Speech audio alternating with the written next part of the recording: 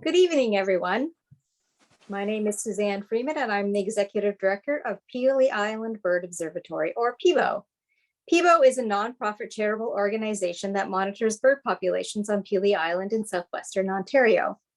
As a member of the Canadian Migration Monitoring Network for almost 20 years, we have been tracking neotropical migrants that pass through the island, as well as year-round resident birds. Tonight's panel discussion stems from our education and outreach programs. Recently, we became a partner city with Nature Canada's initiative, the Bird Friendly Cities program, which strives to make our urban environments a safer place for birds. And without further ado, I'd like to introduce our guests and moderator for the evening. Brendon Samuels from London, Ontario, is a PhD candidate in the Department of Biology at the Western University who studies strategies for preventing bird window collisions. Brendon acts as the coordinator for London Birds team and was directly involved in London's recent certification as a bird-friendly city by Nature Canada. Brendon volunteers with Flap Canada and advocates for solutions to problems facing bird conservation in the built environment. Welcome, Brendon. Sara Jordan McLachlan from Calgary is a zoologist, environmental practitioner, and a member of the Bird Friendly Calgary team. Sara joined the Bird Friendly team after volunteering with the Migratory Species Response Team, monitoring downtown buildings for window strikes. With a background in wildlife research, rehab, animal welfare, and native plant gardening, Sara saw an opportunity to make Calgary more friendly through birds through the Nature Canada program and joined to get Calgary a certified city. Welcome, Sara. Andres Jimenez is the Urban Program Coordinator for Birds Canada and producer of the Warblers podcast. He is a biologist with a master's in environmental studies from York University with a focus on business and the environment. With a keen interest in snakes, frogs, birds, and how human relationships are interconnected with the living world. Currently, Andres strategizes, conceptualizes innovative programming to increase engagement with birds and conservation cities across Canada with Birds Canada. Jennifer Nada is our urban bird coordinator at PIBO. Jennifer's love of nature has enabled her to study, appreciate, and share the incredible diversity of habitats and species that can be found in Windsor and Essex County. Through work with the City of Windsor, the Essex Region Conservation Authority, and now with PIBO, Jennifer has been able to share her knowledge and experience with students, residents, and visitors from around the world. Jennifer's goal is to inspire others to protect and preserve our native species and natural areas and to work toward a sustainable future for humans and wildlife. And finally, Ian Davidson, who is our moderator for the evening. Based in Ottawa, Ian heads up BirdLife International in the Americas, from Canada down through Argentina. He is a wildlife ecologist and spent many years working with NGOs, governments, and foundations supporting bird conservation work. He is passionate about urban bird conservation and believes urban bird initiatives provide a terrific opportunity to engage people in cities to conserve birds and nature more broadly. Welcome, Ian. Greetings.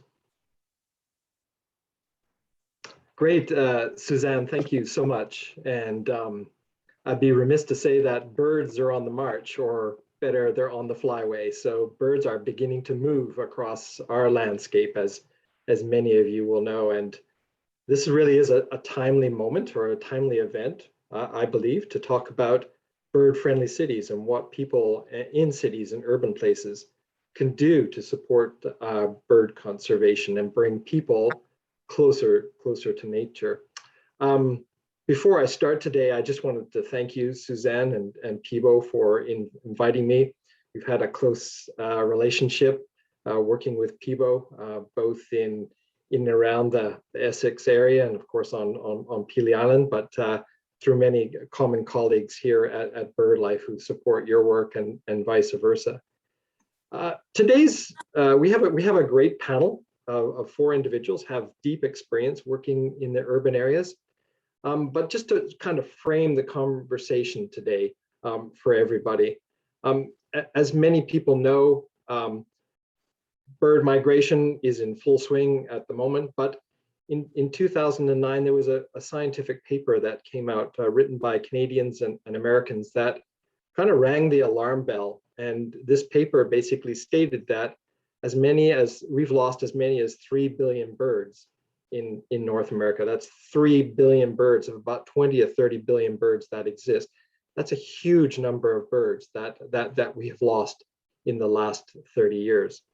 And so the opportunity to work in cities and to work with people in cities is really important, because urban areas and there are major challenges in urban areas as they impact birds moving in and out and across the landscape. And just to give you a few factoids really quickly, from a paper that was recently released, it estimates somewhere between 365 and 1 billion birds are killed by collisions with buildings. That's 1 billion birds. That's an awful lot of birds. Another factoid: somewhere between 1 to 4 billion birds are killed by cats that are outside that can predate many of the resident and migratory birds. But on the positive side, there are also a huge number of birders, and I would think as a result of COVID, there's a lot more people out there in nature and interested in birds. And the current stats are somewhere in the order of about 5% of North Americans are birders, and that's a huge number of people that we can potentially reach and engage in the conservation of birds. So given the tremendous impact that urban areas have, both negatively and potentially positively in the future, a number of people here are going to talk today a little bit about the bird-friendly cities and the initiatives that they're undertaking. And without any further ado, I'm going to turn it over to you, Brendon, to start off and to give us some perspective from London and the work that you've been doing in urban areas. Sure. Thank you very much for that introduction. So as was mentioned, I'm the coordinator for London's bird team. We're based in London, Ontario. That's in southern Ontario. And our bird team here consists of a variety of community partners who are working in various conservation initiatives. We have representation from the municipality itself, and we meet about once a month to discuss various projects ongoing to do with reducing threats to birds in London, community outreach and education. And a lot of what we're trying to do in this first year is really just about laying groundwork and doing assessments and collecting data on what's already out there. I started in this role less than a year ago when I was approached by the person managing the Bird Friendly Cities program at Nature Canada. And I was really fortunate to be doing this work in London because we were already doing so many good things for birds here. I didn't have to start a whole lot from scratch. It was more about taking inventory of all the great things that are going on. And I think that's probably the case more than people realize in cities everywhere. You have pockets of people all over that are doing good things for birds, that are interested in birds. And so taking stock of those programs and people who are interested in becoming involved with those programs is really fundamental to making this work and building something from scratch. I think really the beauty of the Bird Friendly Cities program is that it creates a forum for communities and municipalities to talk to one another about the good things that they're doing and perhaps problems that they've encountered and how they've gone about addressing those problems. For instance, the city of Toronto has had bylaw requirements for the use of bird-friendly glass in new buildings, site plans, going back to 2007. That's the first municipality in the entire world to adopt a piece of policy like that. And I think a lot of bird-friendly cities in North America could stand to follow that example. In the city where I live, London, we have a bylaw that prohibits cat owners from allowing their pets to roam outside. That's another really important piece of managing the impact of free roaming domestic cats. But of course, there's a lot of work to be done. So I think communicating between bird teams in these different cities, I think really could lead to meaningful collaborations and knowledge transfer. It's been a ride so far.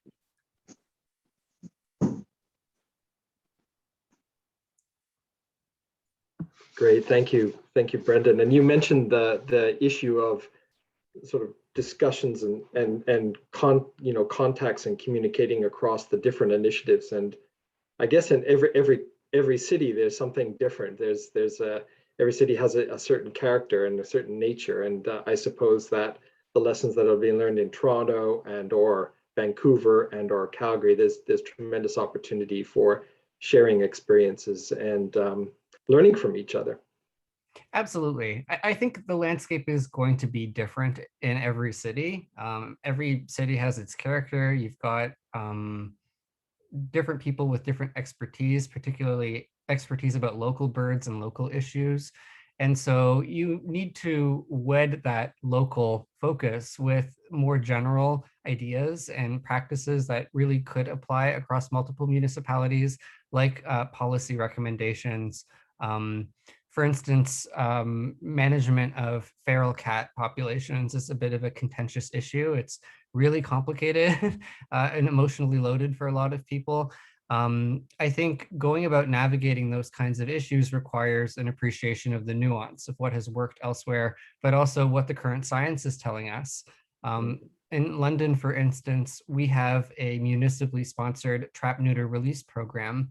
And yet you have major organizations like American Bird Conservancy who have indicated that trap neuter release is not the most effective approach to managing feral cat populations. Right. So how do we take what is already out there in the world and reconcile it and maybe tweak it and refine it in the right direction to actually promote conservation? I think this is the kind of work that unfolds over many years and with a lot of consultation, but really it does just come down to communicating and following the data. Thank you, Brendon. And looking across the country then and moving on to Calgary, Sara, I wonder if you might share with us some of your experiences with the bird-friendly city and your work on urban initiatives. Sure. So I think our experiences here somewhat similar to Brendon in London. We found there is an immensely dynamic group of individuals who had the opportunity to come together.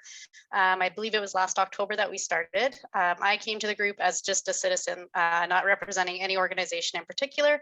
So I came as a member of the Calgary Migratory Species Response Team, which is an organization that goes around downtown Calgary, a specific route to systematically collect data on window strikes downtown.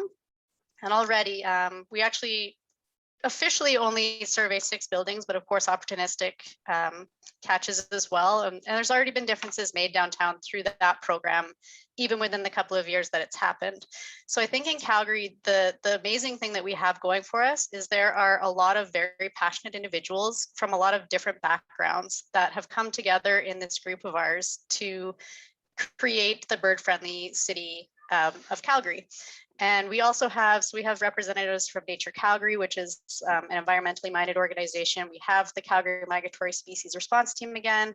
We have Calgary Wildlife Rehab. We have like the Weaselhead Glenmore Preservation Society. We have a representative from there, as well as the Royal Astronomical Society, and then another organization outside of the city. Like we just have 11 of us. I think it's now actually moved up. We've had more join us. It's such a dynamic group that we have that has experience in such different areas that we were able to pull together all of the information to get us where we needed to be to certify as a bird-friendly city in a pretty short amount of time. So it wasn't actually until March that we made the official decision that we wanted to go for it for May 8th for Migratory Bird Day this year and be one of the first cities certified. And we were able in that 2 months to get all of the information, all the policies, everything together to make the application, which I think also really speaks to Calgary and what we already have in place. Like London, we have a lot of fantastic policies in place in regards to, cats at large. We do have the bylaw that says if a cat can't leave your property, so your animal can be in your own backyard. It is not supposed to be free roaming. We also have spay-neuter release program, but again, that can be contentious. And we have several organizations that are working to just get cats off the streets in general. So in that regard, we've got a lot of, again, different organizations working together for a common goal that benefits birds. And we also have, like London, some building guidelines that are helping to reduce bird collisions on windows. And again, with Calgary Migratory Species Response, speaking with the owners of buildings downtown, there's already been a difference made, and they already see help make their buildings more bird friendly. We also have a tremendous amount of natural areas and a biodiversity strategic plan in the city, which helps us with natural habitat restoration and also ensuring that there is connectivity of habitats in the city for birds. But there's still work to be done.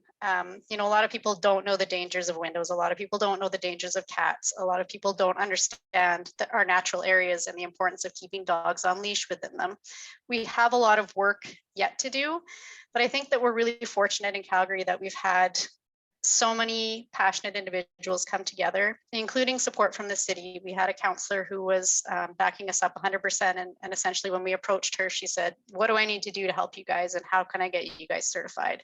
So to have so much support from so many different backgrounds has really made a difference for us. And going forward, it's less about, you know, getting that higher level of certification, which we definitely want to do, but it's more about expanding on those areas where we see that there's room for improvement. So window strikes, light pollution, natural area restoration, all of these sorts of things. Sorry, Sydney, I just saw something come up there that you'd like to hear more about what was done in downtown Calgary. So there has been a few businesses that are looking at putting covers on their windows in order to prevent the bird strikes. So the why is the word not working for me right now? But the window coverings that help prevent window strikes. So you can still see through the window, but the birds aren't going to hit it because they can see the patterns on the windows. And there has also been one building downtown that recognized that if a bird does hit the window, it was going into window wells, or like basically a trap, that it would go into these traps. And so they actually put wire over top of it so that birds could not go down into there anymore. And today I was out this morning and I definitely noticed a difference in those buildings where they have made an effort. And even actually one of the buildings seems to have reduced the amount of vegetation in front of the windows, because they, you know, there was an idea that perhaps in a row of bushes that was directly outside the window, as people were walking by, they were scaring the birds and the birds were hitting the window and consequently either becoming injured or killed. And so they have reduced the amount of vegetation that's out front of that building, which in one sense does reduce the amount of habitat and places to roost for birds going through downtown, but it definitely has given the opportunity to reduce window strikes in that respect. And we do have a lot of exciting stuff coming up, and we do have a lot of individuals who are looking at particularly the light pollution, the education aspect, and the window strikes as well. So I think we're doing pretty good in Calgary right now. Pretty proud of where we've come in such a short amount of time. And so Sara, that one doesn't necessarily think of Calgary as being sort of a hotbed for migratory birds or species moving through there. But I think from what you're telling us that there is quite a considerable impact of the urban landscape on birds. Absolutely. Is that right? Mm. Yeah, so we're not on a major flyway here. So we're not seeing the volume of birds that London will see, and maybe not the variety. But we definitely have, right now we have the warblers moving through, and nuthatches are going to start kind of, they are here year round, but they do kind of shift their range a little bit. So we are going to start seeing some of those. Hummingbirds are on the move. The raptors will start heading out, unfortunately, fairly soon. But they're definitely impacted by the landscape downtown. And I think one of the challenges that Calgary has is being in a place right now where we're kind of struggling with how we're going to go forward with development. And so, you know, we want to densify downtown because there's some concerns with flood mitigation and continuing to expand outside of the city. But at the same time, if we expand downtown, what does that say for those birds that have to move through there? So that's definitely going to be one of the challenges that we have, is acknowledging that we want to have a place for birds, but at the same time, balancing what we need for our own people, for our own population in the city as well. Great. So those are kind of the bigger urban challenges I see us facing for sure. Excellent. And as I look at Calgary and bounce back across to the east and find that other big metropolis area of like Toronto, Andreas, I think you're in Toronto now. Perhaps you could share with us some of your experiences with your work in urban birds and conservation of birds in urban spaces. Thank you, Ian. Y hola a todos y todas. I'm Andres, and I work with Birds Canada as the Urban Program Coordinator. But I would like to start by congratulating everyone that is in this panel. Very early on the Bird City or Bird Friendly Cities program, I had an opportunity to make comments to the program. And in that process, I interviewed many people and city staff from different cities. And I researched which were the cities that were further along this change. And London, Calgary, Toronto, Windsor, many of the cities that are already certified could very easily tick those boxes that were part of the certification because they had been working for so long into improving the quality of their cities for the people that live in them and for birds. And like Brendon said, in many cases, more about documenting what had been done already. And you are becoming the group of cities that are opening the way for smaller towns or for smaller cities that might not have the capacity that your cities have. And you're not only showing the example, but you're showing the way on how to tackle some of these very complex solutions. And I will also like to congratulate you because I know a lot of you are volunteers and are volunteering your time to be part of this committees and to support your cities and the city staff and the council into making these changes. And I find that to be remarkable. With that said, I want to create a little bit of context. As I was preparing to talk for 10 to 12 minutes, as I was told, I started thinking, what was I going to say? And what do I want people to know? Because I'm pretty sure everyone that was going to be in that call was already a bird-friendly supporter and they already wanted bird-friendly cities. So what I did is I imagined a city without birds. And why did I do that? Because as the Urban Program Coordinator, I'm constantly looking for funding to support conservation in urban areas. And a lot of it and a lot of the work is going away from urban areas to very remote ecosystems and to keystone places and species. And it can be challenging. And I, for a moment, thought, what would a city without birds be? You wouldn't see imaginary pigeons. You wouldn't listen to a single bird at any time. You wouldn't see hawks hunting for pigeons. You wouldn't see sparrows and starlings eating on a garbage can. Essentially, we would lose a lot, if not the majority, of what we associate as urban living. And it made me realize that a lot of our urban experience in a city, it's actually provided by birds, the gulls in the supermarket or flying above, or the swans and the ducks. And I know I'm saying a lot of invasive species. I know it too, but they are part of that experience and that connection to nature. Why am I even saying the invasive species? Because in the UK now, house sparrows and starlings are having very reduced populations and they're at risk. And they are invasive here, and you wonder why. And it might be because fries from McDonald's were not the healthiest food for them, and there are many hypotheses. But we're not excluded from that happening. And I'm gonna go back to that number that Ian said. 1 in 4 birds, 3 billion birds, that includes starlings, and that includes house sparrows, and that includes a whole lot of birds that are common and uncommon. And that brings us to another number that I was looking at that shocked me. 40% of the world's 10,000 bird species are in decline.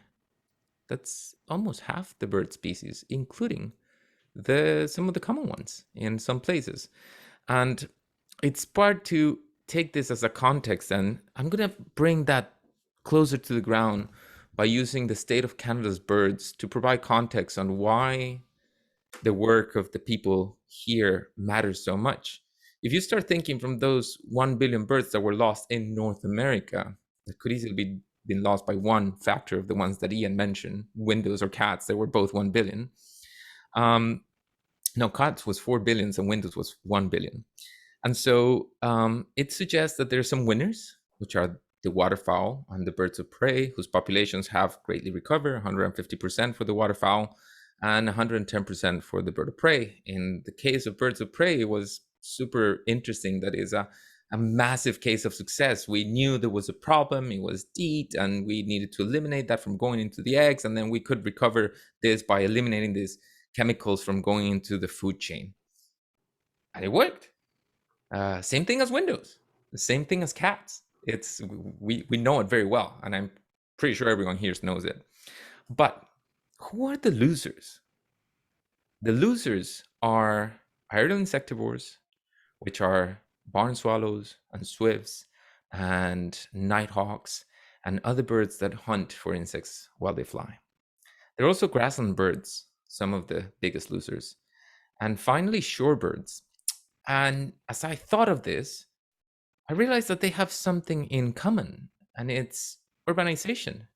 These three have this very thing in common.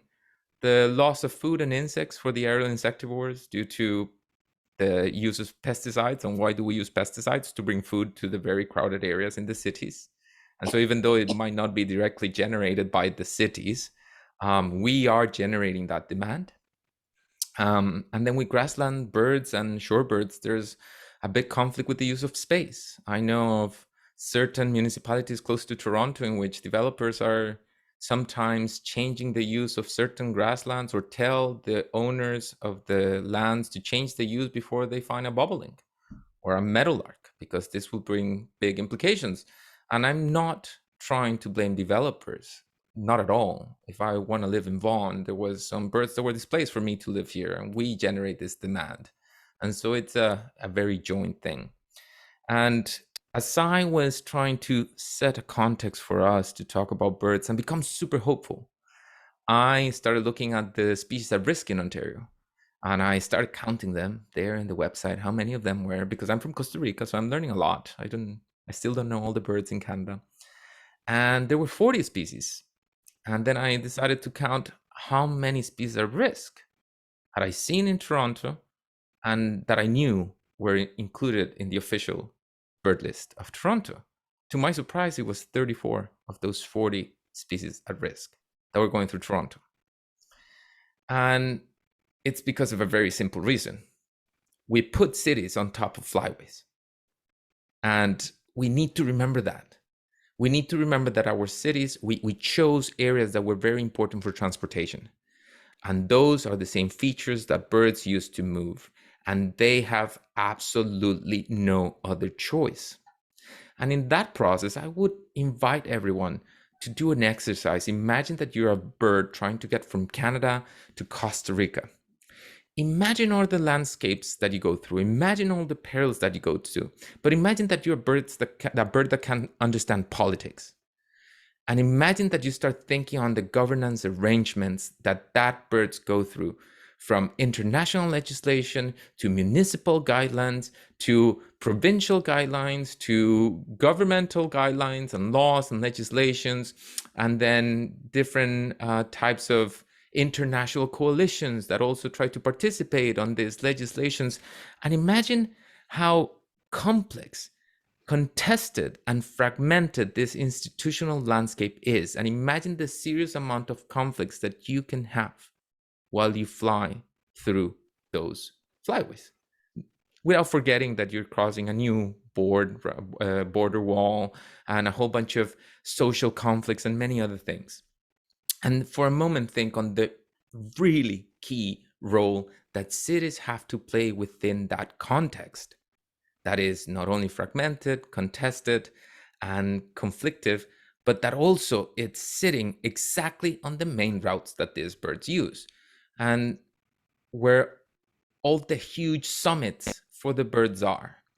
And that is to say that we need to reimagine how things are happening in our cities, from the very small spaces that we need to make softer.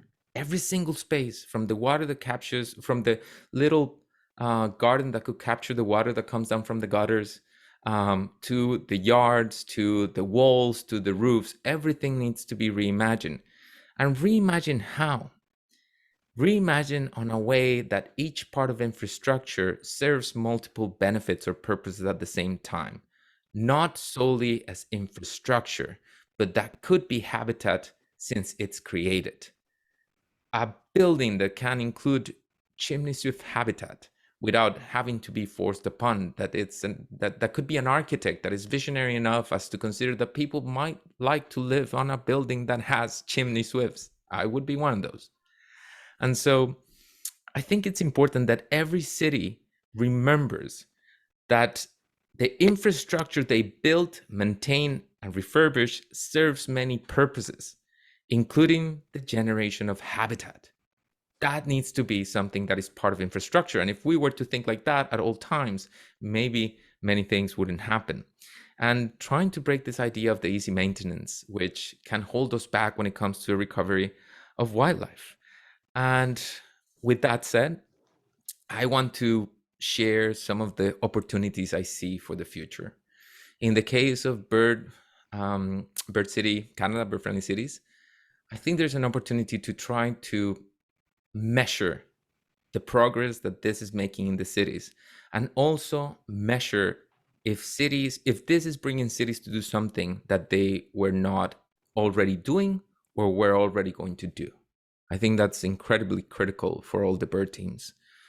I think a big lesson is that we need to soften all the layers in the city, from the yards, front, back, gutters, to all the way up to regional landscapes. Because in many cases, we think about parks, we think about corridors, we think about ravines, which are critical.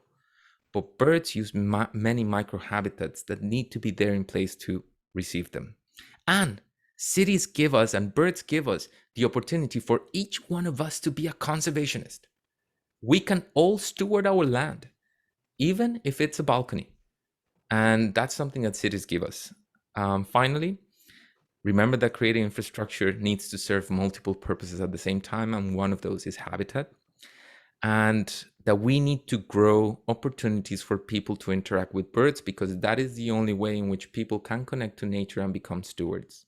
And for that, we need to provide justice in access to wild spaces that are currently being dominated by people that are wealthier and have access to hotspots in cities of biodiversity. And until we provide justice for access to those spaces, will more people have the opportunities to support the conservation of birds in the city. Thank you. Andreas, thank you. Great perspectives, and clearly based in a passion and an experience in the Toronto area, and I would imagine elsewhere. And it struck me, and I love the positive aspect, because there are things that we can do. I think very easy things that we can do as individuals, that, and most of us, I'm assuming, are living in urban spaces, right? I don't know what the percentage is, but it's a huge number, and we can all step up to the plate, and we can all do something for birds. And I love the stuff that you're doing, and the stuff that I've heard from the previous speakers. And I would just say, you mentioned flyways, right? And these cities are placed in flyways, and these birds have traditionally moved forward. And I was reflecting on a bird, the American woodcock, that beautiful brown bird with a long beak and a large eyes that flies at nighttime, and it kind of does that kind of ridiculous bird. Boogies, yeah, the most incredible dance. And I saw one, it had hit a window and it had to come down. But traditionally, where this city was, there were wetlands, and they're no longer. But the birds continue to move through that space. And unless we, I think you said, soften the edges, we're going to continue to lose species. But again, there's that huge opportunity which you described with us. So thank you for your perspectives and your enthusiasm. I'm going to move on to our final speaker, Jennifer Nantais, and coming from Windsor and being very close to Pelee Island and Pelee, so the Pelee area, which is kind of famous for birds moving in and out of that landscape. Love to hear your experience with the bird-friendly cities and your work in the urban space. Thanks, Ian. Thanks so much to everyone. I've thoroughly enjoyed hearing all the different perspectives, and I'm happy to provide some perspective from our Windsor bird team. We have a pretty small team, mostly consisting of Suzanne, the executive director of Pelee Island Bird Observatory, or PIBO as we call it, myself as the urban bird educator, and we had a really wonderful summer student this year as well. And we've got a lot done. I like to think that we're getting there. We started early in 2021 trying to achieve all the certification criteria. And since we're more than halfway through the year, like I said, I like to think we're more than halfway there, but we'll see. We're still clipping along. We've been working on some outreach, really trying to let people know about the Bird Friendly Cities initiative. A lot of people in Windsor have still not heard of Bird Friendly Cities and don't know that a group of individuals is working hard towards certification for our city of Windsor. So we've been reaching out to the municipality, to any organization who we think might like to work with us, who might be able to benefit from this as well, and working virtually and through social media. Since we're all going through a global pandemic, it's been difficult to really make those connections. But we've been using social media and the virtual platform. We've been meeting with local gardeners, for example. We had one project to really highlight native plants, native vegetation. This trend is really catching on in Windsor. It starts with usually a few small gardens that people appreciate or maybe think look really unkempt and weedy, but more people are really starting to appreciate the beauty of native vegetation, not just plants and flowers, but also trees, because private landscapes are something that's kind of been neglected. Here in Windsor, we find that the habitat protection part of the certification was pretty well covered, not entirely, but we had a lot of plans and policies to protect habitat. But then the private areas, our private properties, was a lot of kind of grass and non-native vegetation. So we were really happy to highlight those individuals and kind of help that trend to spread. So we got out and met some people and shared some videos. That was a lot of fun. We've been using social media to talk about some of the threats that birds face and really the ways that people can make a difference at home. Threats like window collisions and even vehicle collisions, threats like light pollution, and little things that you can do at home to make your city birds safer, even while we're working hard to achieve certification on a larger level. We've got a lot of plans and policies here in Windsor to review, so a lot of the bird team has been spending their time doing that. We're lucky we have so many to look through. That's one of the reasons why we were really excited to try and certify Windsor as a bird-friendly city, because we've got a lot of things that are already set up to protect birds. We have a City of Windsor official plan. We have the Parks Master Plan. We have a climate change adaptation strategy. So a lot of that is already set up to protect natural areas and make cities safer for birds. So a lot of our time in these past months have been spent reviewing these policies and kind of figuring out now where the gaps are. What policies do we now need to create? And when we finally finish that, we'll kind of really commit to the finale, basically. And we're going to move on to other things like selecting our city bird and some of the fun things that people can really participate in. So sharing some of that awareness has been a lot of what we've been doing. We've created a checklist of the hotspots and the bird species that are found in Essex County. Since we are along some major flyways, we've got an incredible diversity of birds, particularly during spring and fall migration. So we created that list of hundreds of hotspots so people can learn about where birds have been sighted and also be encouraged to find a hotspot near them. Even if you're really not, if you don't have access to a vehicle, if you don't have access to public transportation, you can just see where birds have been found and go out and enjoy some birds maybe that you've never seen before. And the checklist of birds is updated regularly, and we are always getting new bird records. We created the checklist early this year before spring migration, and then after spring migration, we had to add a whole bunch of new birds because birders have spotted new birds. So we're really excited to see all of the birds that people are seeing in our area. So keeping records and kind of Organizing the records that birders and volunteers have been submitting has been really important and really fun and really time consuming for us. And I wanted to point out too that we've got some events coming up and some events that we've had in the past. I'll start with them. We had a really fun event for World Migratory Bird Day. We had an online gala with special guests like authors Margaret Atwood and David Lindo and others.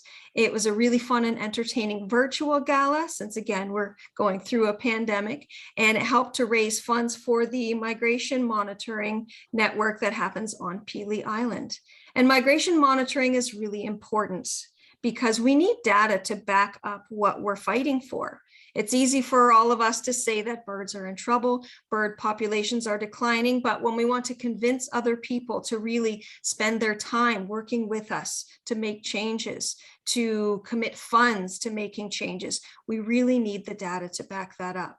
So monitoring birds that have been banded, birds that have been sighted, and recording is really important because all of this data really collects year after year, and it really starts to paint a picture. Sadly, a picture of population declines, but this is important data that we need in order to achieve our goals of making changes, protecting habitats and natural areas, and making urban areas safer for birds.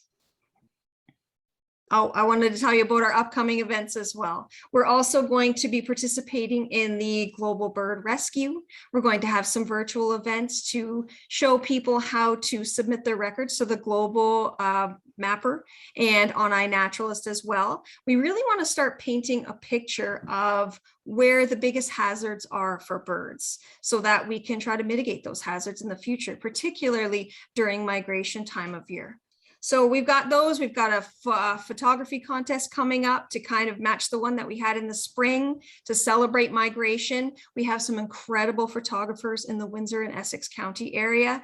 We showed some of the winning photographs, and we're looking forward to some of the fall migrants being photographed as well, and really kind of showcasing people who are out there enjoying birds and birders in our community. Thanks a lot. Jennifer, thank you so much. I mean, your presentation, your talk sort of elicits a whole bunch of questions that I have, and I'm sure others have. So please feel free to put your questions into the chat box, and I guarantee you at the end we'll compile some of these and use these to talk to. But Jennifer, just really quickly, you know, Windsor is kind of in that sort of, I hate to use the word hotspot, but it is a hotspot itself, right? You've got all these birds that are both breeding and resident in Windsor, but there's billions of birds to the north that are literally funneling down at this time of year and moving through that area and then down into the US and wintering in the Caribbean and Central America, and as far away as, you know, places like South America and Argentina, Costa Rica too, obviously. Yay. And it just strikes me, you were talking about hotspots. So there are even hotspots within the city that are really important in places like Windsor, and I'm guessing Calgary and places like that. So you communicate that to people within Windsor, and are there opportunities to go out and learn about these hotspots and bird and learn about the nature? I mean, how is that happening? Yeah, absolutely. We have them on our website at PIBO.ca. And Windsor is unique because it is a border city. We've got Detroit right across the river, so we've always got lots of traffic, lots of human activity. We've got a national park in Point Pelee National Park, some wonderful conservation areas, a complex of municipal parks. We've got an important bird or an important biodiversity area. So we really need to find a way to kind of be able to bring together birds and other wildlife being able to survive in a sustainable way with the human population. So something like bird-friendly cities is critical going forward so that we can hold on to the diversity that is so important for life on Earth. Great. And, you know, talking about bird-friendly cities and sort of divert back to Brendon and Sara, I have a couple of questions that come up for you. And Brendon, maybe you take the first stab at this.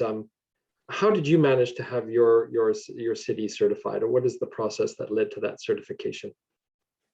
So as I kind of alluded to before, there was a lot of really good stuff already happening in London. And so it took a team effort of members of our bird team really diving into the community and finding out what programs exist, compiling lists of natural areas, for example, highlighting things that we were doing that checked off specific boxes in Nature Canada's criteria for becoming a bird-friendly city.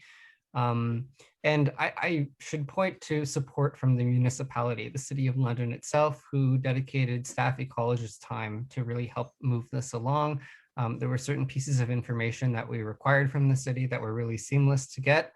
And so it was quite straightforward to put together the application. It took us just a few weeks, and we were really fortunate to receive feedback on our application as a draft from the coordinator of bird-friendly cities, who identified a few gaps where we might want to fill in some data. But I believe we checked off all of the boxes and ranked high in each category the first time we submitted. So it's really exciting. In terms of being able to implement the vision of the Bird-Friendly Cities program, one thing that we've managed to do as a bird team in London that I think has made a big difference is actually secure funding from the community to advance projects. So we looked into community grants that were available. In our case, we applied for one from Nature London, which is a large nature organization in the city. And we were fortunate to receive a good chunk of change that we've been able to put towards putting on events, providing honoraria for speakers, that sort of thing. So it really has sort of added fuel to the tank. And I would encourage other bird-friendly city teams to look into funding opportunities that might be available. And Sarah, was that the same for you then in terms of being able to move through the certification process in Calgary and the resourcing? Were there resources available for you and your team to do that? Yeah, so we do have a pretty diverse background, and it conveniently aligned with a lot of the things that are on the certification application, like the light pollution, the window strikes, like knowing the city bylaws. We also brought on board a member from the city, a team member to represent the city and help us track down all of the policies that are in place. So without Tanya's help, we would have had a lot harder time making sure that we had everything. And we're really appreciative for her help on that. But we don't have the same funding opportunities that Brendon had. So we've been this has all been volunteer, and we did receive a bit of funding from Nature Canada for some presentations that we organized actually before we got our certification for an Indigenous learning event, where we actually were fortunate to have a couple of speakers, one locally in Alberta and then one from actually the US, out closer to Chicago. And they both did such an amazing job. Actually, sorry, there was three, two gentlemen from out here and then one from near Chicago that spoke so eloquently about the traditional knowledge and the importance of birds for not just Indigenous culture, but also for us in general, for everybody to associate with, and really made some fantastic connections for us. That has helped us kind of move forward in our direction for where we want to go next, and in making sure that we are including those Indigenous perspectives moving forward. And we have had some luck with involving our Indigenous communities in Calgary. So we're pretty fortunate to have just so many fantastic people all connected from all different realms of life, whether it's just regular, citizens to everybody in the biology background or anybody with that passion. We just have such a fantastic group that has come together for us. And Calgary is so blessed. It has the Glenmore Reservoir. It has all that space around it. It has, I can't remember all the places that are in the Nose Hill, which is really excellent for things like rock wrens and some sort of special grassland species that you wouldn't see or most people don't generally see. And so in the urban space, I don't know, you can get things like Sprague's pipit and just these unusual birds in that space, no? Yeah, I think one of the amazing things about Calgary is that we have such a diverse group of habitats as well. So we have like the prairie grasslands to the east, we have parkland habitat, we get into the Rocky Mountain foothills. So we have so many different opportunities for different birds within the city. And within that, so many natural areas to support that. Like we have Fish Creek Provincial Park, we have the Glenmore Weaselhead, which connects to the Glenmore Reservoir that you're speaking of. We have Nose Hill Park, we have just like around the entire city, we have so many areas that are fantastic for different birds. And you can find yeah, you can find all these different things like black-necked stilts and ibis. We have ibis here that weren't here all that long ago, and now suddenly they're moving into the city, and it's an opportunity to see these birds that are not something you would associate with a Canadian bird necessarily. They look very tropical to us, but we can see them in particular wetlands in the city, or you can go somewhere else and you can see mountain chickadees in the city. So it's a really fantastic opportunity to see a great diversity of birds across a wide variety of habitats here. We're very lucky here. And it strikes me that everybody wants to talk about birds. I talk to my neighbors about birds. It's such an easy thing to talk about and engage people, and then talk about nature and to talk about access to nature, which Andreas talked about. And I kind of go back to you, Andreas, and a question that I have for you, and it's a simple question, but perhaps not that simple. But why is it important to focus on birds in the city? Why should we be doing this? Because it's the most deprived access to nature. Because the majority of people in the city will lack basic connections that people in rural areas will have. I felt this in flesh and blood when I moved from tagging sea turtles in a lonely beach in Costa Rica with a jaguar following me during the night to Toronto. And suddenly what was so easy was so hard. And suddenly what I loved the most was so gone. And that's when I started realizing that it was important to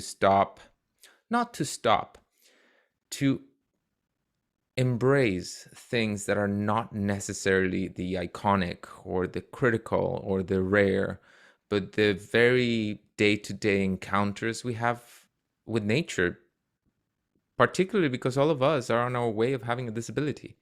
And right now in Ontario, there's 1.2 million people with disabilities that struggle to connect with nature. Many of them live in urban areas, and we will all have a disability in 10 to 20 to 30 years from now. And those iconic areas that are remote will be unreachable. And what will be there is the everyday flora and fauna that is around us, and that it's also endangered. And I'm thinking about some of the activities that you've been carrying out and with the people of Toronto, and there's a number of different actions that have been identified, talking about cats because of the impact that cats have, talking about how do you restore some of the beautiful wetlands or some of the ravines in Toronto. I think of the Don Valley Parkway, right? Just absolutely critical. And I do, how many people know that, and what are the sort of things we can do in our backyard that can actually facilitate the movement of birds, and talking about, how do you put those plastic barriers on the windows so they can basically stop birds. Because if I'm not mistaken, most of the birds that are killed in urban areas, the greatest mortality is from those smaller buildings, right? But there's some really simple things that we can do to really have an impact on the birds moving through the urbanscape. So I'm guessing these are some of the practices that you share with the diversity of people that you're in contact with in Toronto. Yeah, it's interesting because my mandate when I started developing my position was to help reach more people. And why reach more people was the question I had when I started. And my answer has been one of, I think I mentioned it before, the more opportunities you grow of people interacting with birds, the easiest it will be for them to take the right decision in any condition, from bird friendly coffee to treating their windows after they hear the heartbreaking thud, to keeping their cats indoors. And I believe that those interactions that need to happen and need to have moments for it to happen, need to have events to happen, need to have arts, concerts, and so many different ways of people connecting to birds is what grows that connection. And I wrote down a phrase that I really like from Samir Shukla. He's an architect from India. And he says that walk out, close your eyes and listen to birds. If you can figure out which season is going on from the bird song, is a city worth living. Yeah, I love And that. yeah, and then it's good for us. And I don't want us to do something for birds because it's good for us. Because what I'm trying to do every time I talk to someone is that we can reciprocate the gifts that we already receive from birds instead of putting it either a value or a service that they provide to us, which are really relevant. And Yep. it can be a way of speaking with someone. And sometimes these new connections look like a research paper, and sometimes it looks like people participating on citizen science. Other times it looks like municipal officials changing the way a park is designed. And so every type of connection is different, but in all cases, we need to grow the amount of times and quality of those opportunities. And a constituency for nature in urban spaces, right? End of the day. Thank you. Jennifer, just quickly with you and sort of follow up on the Windsor and how you're proceeding with the certification of the bird-friendly city. Like I said, we're still kind of like chugging along. We're in the middle of a very, very hot summer now. So we're still kind of waiting for the world to open up and to do a lot of in-person events. Just like everyone, I'm hoping that we can kind of share our passion face to face at a safe social distance, get some people out there birding.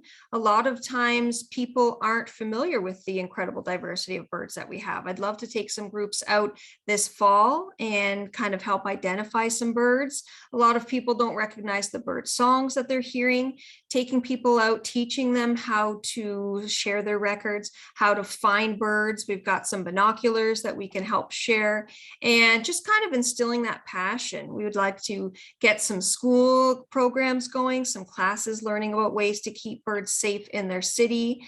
So that's just going to continue on and then into the new year. And we're going to keep working to share our passion for birds and making Windsor a bird-friendly city, because birds are also a great indicator species. I mean, if you look at birds, there are nectar-feeding birds, seed-eating birds. There are birds that are carnivores, birds that feed on fish or filter feed. Some birds are large, some are very small, some migrate, some stay here. So if you have a healthy bird population, then everything else is probably doing okay, because like I said, they're a great indicator. They need different types of habitats to thrive, especially if they migrate. Some birds are aquatic, some birds are grassland birds. So the work that we're doing is so important, not just because of what birds mean to people, but because of the incredibly important role that they play in nature and what they represent about a healthy ecosystem. And it strikes me too, and I haven't heard very much about this, but obviously we've been living for the last 2 years locked up in our rooms, almost our cells. You know, I think everybody that's on this call will appreciate that. And COVID really has taken has had an impact. Whilst we're more connected, we're less connected in some senses, but we're moving beyond that.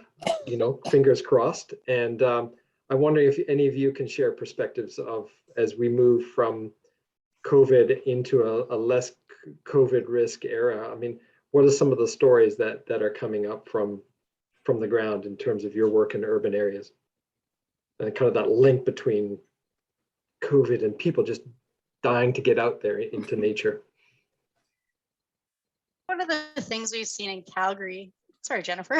No. One of the things we've seen in Calgary is actually a lot of people really focusing in on their space, so their gardens and their homes. And a lot of people are noticing birds hitting their windows for the first time because they've been home. And so they are suddenly taking those steps to look at window coverings and how can they prevent window strikes. And definitely for us, garden centers, I work with a native plant nursery just outside of Calgary, and her business over the last 2 years has been through the roof, because all of a sudden people have discovered their gardens, and the trend of native plants in your garden and biodiversity is really starting to pick up here, just like Windsor. And so people are really investing that time and money into their own space and learning about biodiversity and learning what they can do to help through the use of native plants and other ways as well. It's been pretty remarkable to see how much of a difference it has been since COVID started. it certainly resonates with me. I've certainly been doing a lot more gardening and I see a lot more birds. My bird list has increased. I don't know, it's almost doubled. So It's I imagine amazing, that would isn't be the it? same. When when you're just home to see it. That's all you have to do is be home. Well, that's great. And you know, I don't think I can summarize all of this before I turn it over to Suzanne, but what I'm hearing is just this tremendous groundswell of opportunity and support for engaging people with birds, and sort of the birds as a conduit to nature, and a greater appreciation for the importance of nature in urban areas. And also reflect on the fact that there are some very simple things that we can do to actually change the way that we live our lives, and that cities can minimize the impact on birds moving through them. And simple things like you know, keeping cats indoors for periods of time, to dealing with glass structure, to restoration using certain different types of habitat that are sort of more amenable to birds. So there's all kinds of things that we can do. And I just love the fact that this bird-friendly cities is starting to take hold across Canada. I know I work for BirdLife International. I know that there's a huge interest in different parts of the world. Europe, obviously, there's a great deal of support for that. But my colleagues in Asia, in some of the big cities in Asia, are also actively involved. And Andreas, some of the folks in Central America and South America also are engaged. The city of Quito just nominated a bird. It's a little hummingbird. It's called the black-breasted puffleg. It sits on the top of a volcano, and the city of Quito, 4 million people, recognized that their volcano was extraordinarily important for this. And the organization is working with the municipality and local peoples to bring them more into nature. So this is starting to blossom in different parts of the world. So I'm super excited, and I look forward to being part of this. And if there's any ways that we at BirdLife can help, we're definitely here as well. So thank you, each one of you, for your participation today, and some of the things that you shared with the group. And I'll turn it back to you, Suzanne. I think there were a number of questions I saw coming up. So this is a time to answer some of those. And indeed, if you have more questions, please send us your questions in the chat below. Thank you, Ian. Yes, there's a couple that have come in. So the first one is about wind turbines, and I'm going to kind of open it up to anybody who chooses to answer this one. But the question is that wind turbines have had a negative impact on bats, but how do they affect birds, or do they affect birds? Anyone? I can try and take this one. Mm-hmm. So we know that wind turbines do kill a certain amount of birds. I think that the extent of deaths caused by wind turbines has been a bit exaggerated, because if we look cumulatively at how many birds are being impacted by wind turbines, it is far less than things like collisions with vehicles and collisions with building windows and cats, of course. We see mortality with raptors. We see migrating songbirds sometimes hitting wind turbines. And I think there is a lot of interest in the energy sector to address this threat for birds. There was an interesting study that came out last year that talked about painting one turbine blade black and finding that resulted in a reduction in mortality. Not saying that's the one-stop shop solution, but there is innovation in that space. Another thing to think about is that we can reduce the impacts of turbines on birds by perhaps turning them off during critical migration periods. So in southwestern Ontario, where London is situated, we have quite a few turbines, and we've got birds passing through at predictable times of the year, and yet we do not have a policy in place to shut off the turbines when we know there's going to be an intense migratory activity. So that is something I could see taking off in terms of mitigation. But I would say wind turbines are less a concern for bird populations overall than cats and building windows and such. To add up to Brendon, I think there was a study in Ontario it lasted 10 years, and they found that each wind turbine kills around 5 birds and 12 bats every year. There are 2,577, or they were in 2018. And so it adds up to like 200,000 birds, but it pales in comparison to other sources of mortality like windows and cats. It bears worth adding also that every form of energy production we have has costs to the environment. I mean, coal, for instance, does kill a lot of birds. So we have to balance risk overall with benefits, especially considering climate change and other impacts indirectly to bird populations. Thank you, Brendon and Andres. The only other question that we're having, and I'm not sure, it's a pretty hot topic though, and I don't know if anybody wants to touch it. So it's basically the issue of cats, and it's kind of domestic versus feral. I know that this is a huge issue, and there's a lot of data on either side. So I don't know if anybody wants to comment on that, or if we want to just move on to the next one. Well, cats are certainly a hot button topic. Suzanne and I know that we are both cat owners, cat lovers, bird lovers. So this is one that we often find ourselves in the middle of. There is the difference between domestic and feral cats. And people would argue that feral cats present a greater danger. A lot of times they are hunting birds and wildlife to sustain themselves because nobody owns them, and that's their food source. They're living in the wild.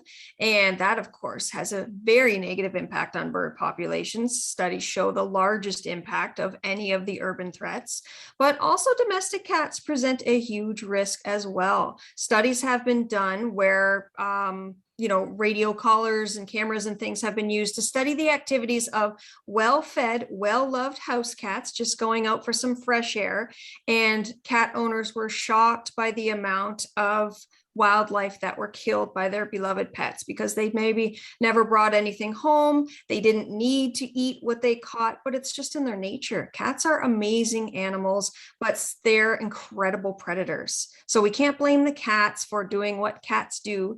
Even cats indoors, they like to catch, pounce, and prey. They pounce on their toys. That's what cats do. So that's what they're going to do in the wild. And there have been studies that shown just the huge numbers of not just birds, but of chipmunks and frogs and toads and snakes that they take. And, we're not proposing that we do anything cruel to cats. We love cats. They're wonderful companions, but something that we can solve in maybe the near future, maybe in a decade, a generation. So things like TNR, they don't solve the problem, but they can be part of the solution. There are lots of things that we can try. And the important thing is to try some measures to reduce the number of cats outside presenting a danger for birds and other wildlife, seeing what's worked in other places, and then trying it in your own city. Because I know as a cat lover, I'd certainly love to know that all the cats are safe and indoors, and that the wildlife that they would be normally presenting a threat to are safe as well. Thanks, Jen. Brendon, you have your hand up. Yeah, I spend a lot of time thinking about this issue. It keeps me up at night, probably even more than the Windows issue does, because this is a social problem. This is a matter of changing human behavior in a way we've not quite figured out yet. With feral and domestic cats, the observation is correct. These are both the same species. They are domestic cats, but solutions are different. And I think we need to talk about it that way. With domestic cats that are kept as pets and allowed to roam, this is really about public education. We need the public who adopts or purchases pet cats to recognize the importance of training their cat to use a leash, just like we socialize dogs to use a leash when they're young. When cats are older, it's much harder to get them to be accustomed to going outside on a leash or to be contained if this is already something that they've become accustomed to, roaming outside. With feral cats outside, trap, neuter, release programs need to be implemented on a scale that actually puts a serious dent in the number of roaming cats at large that have been neutered. And if there's no data tracking and you're just catching some cats, neutering them and letting them go, there's no way of gauging whether you're actually doing anything. And you are also putting those cats further at risk by allowing them to be outside, especially in Canadian winters. I think we need to do a better job as people who like cats and people who like birds to sort of bring these communities together and talk to each other and realize, no, as a person who loves birds, I'm not out to take your cat or punish you or make you look bad. This is really about understanding our cumulative environmental responsibility. Thank you, Brendon. I would agree with both of what Brendon and Jennifer have said.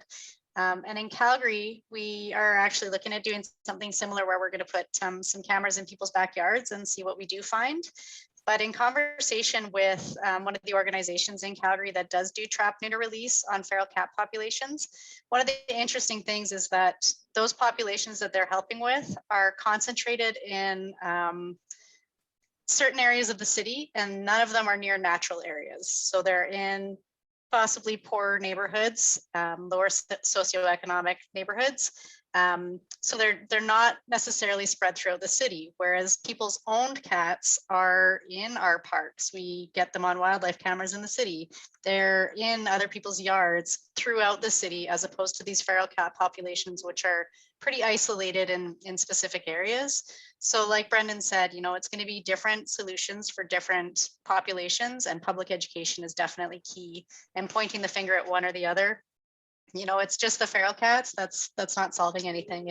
We need to have that public education to teach people that yes, cats, whether they're well fed or not, are going to go out and kill things, and also that there's value in keeping your cat indoors, not only for the birds and wildlife safety, but also for your cat safety as well. Thank you, Sarah. I think that's all we have for questions. Unless there's any last minute ones in the chat that I haven't seen, this is your chance to type them in. If not, then Andres, sorry, Andres. I don't wanna put a spotlight in Tamara. I think she'll raise her hand on the camera in case she wants to ask. In the meantime, I would like to say that Jennifer's, Brendon's, and Sarah's answer about cats are very, very good, and they are very well thought of, and it's clear that they have been thinking about this issue and how to talk about this issue with someone that has strong feelings about it for a very, very long time. I would like to say that I had a cat that used to bring me dead stuff when I was in Costa Rica.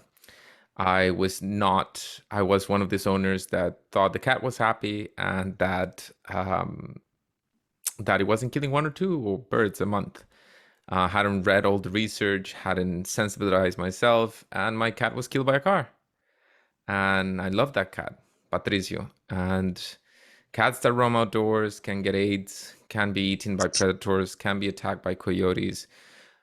We don't let a dog to be exposed to these risks, but we do let cats do it.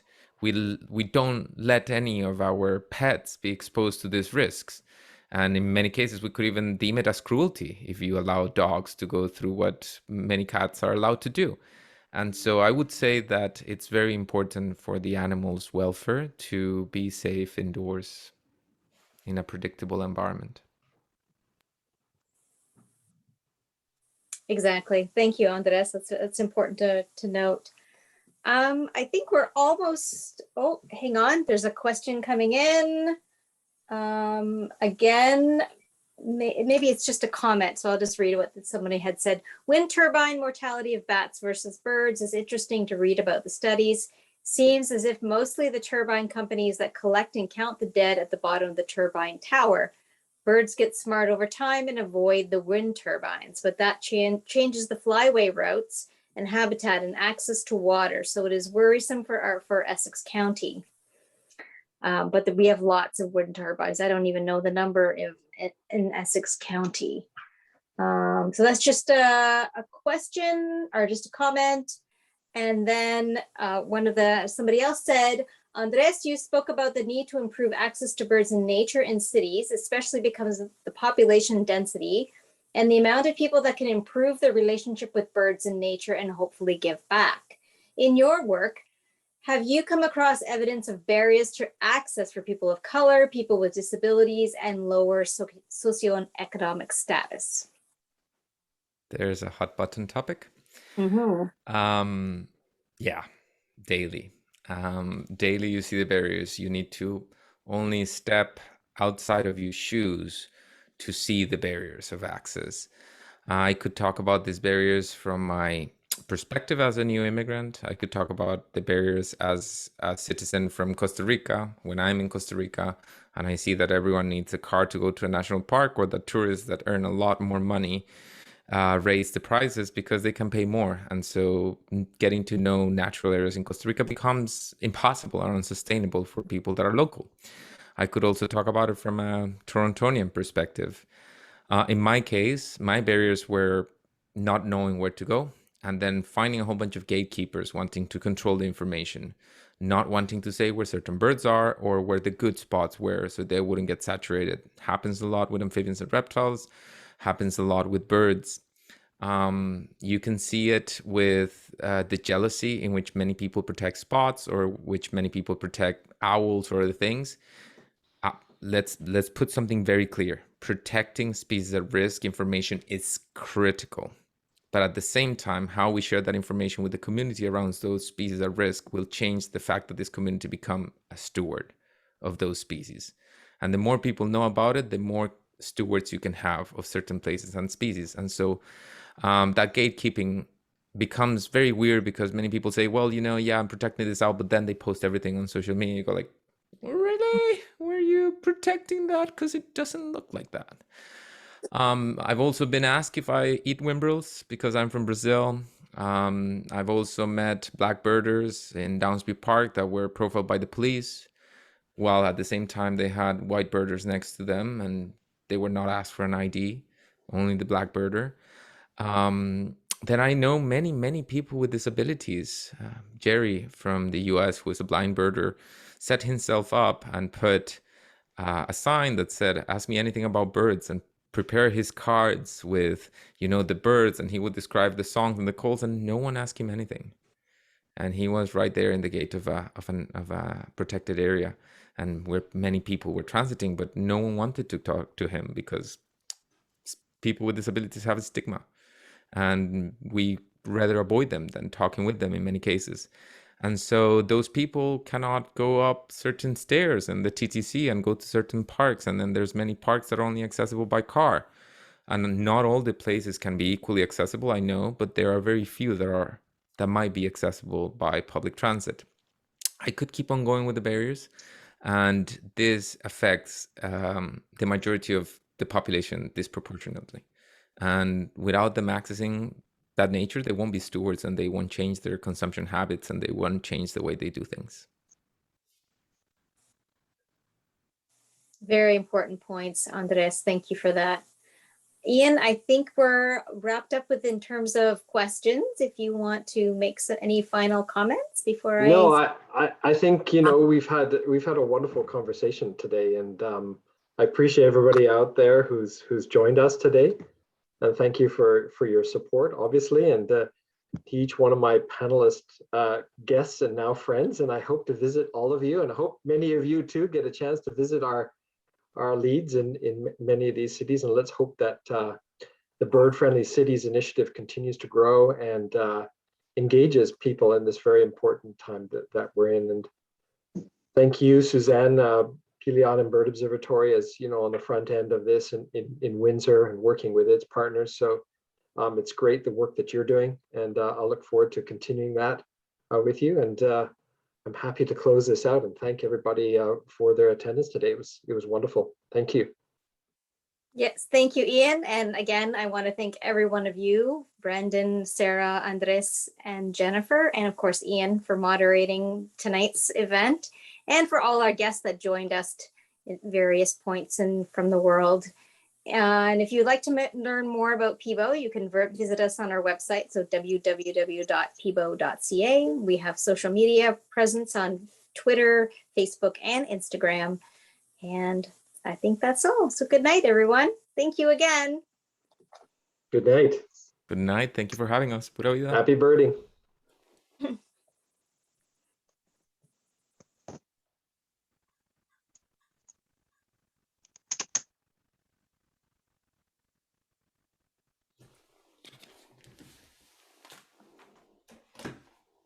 Thanks, everybody. Thank you, Caitlin.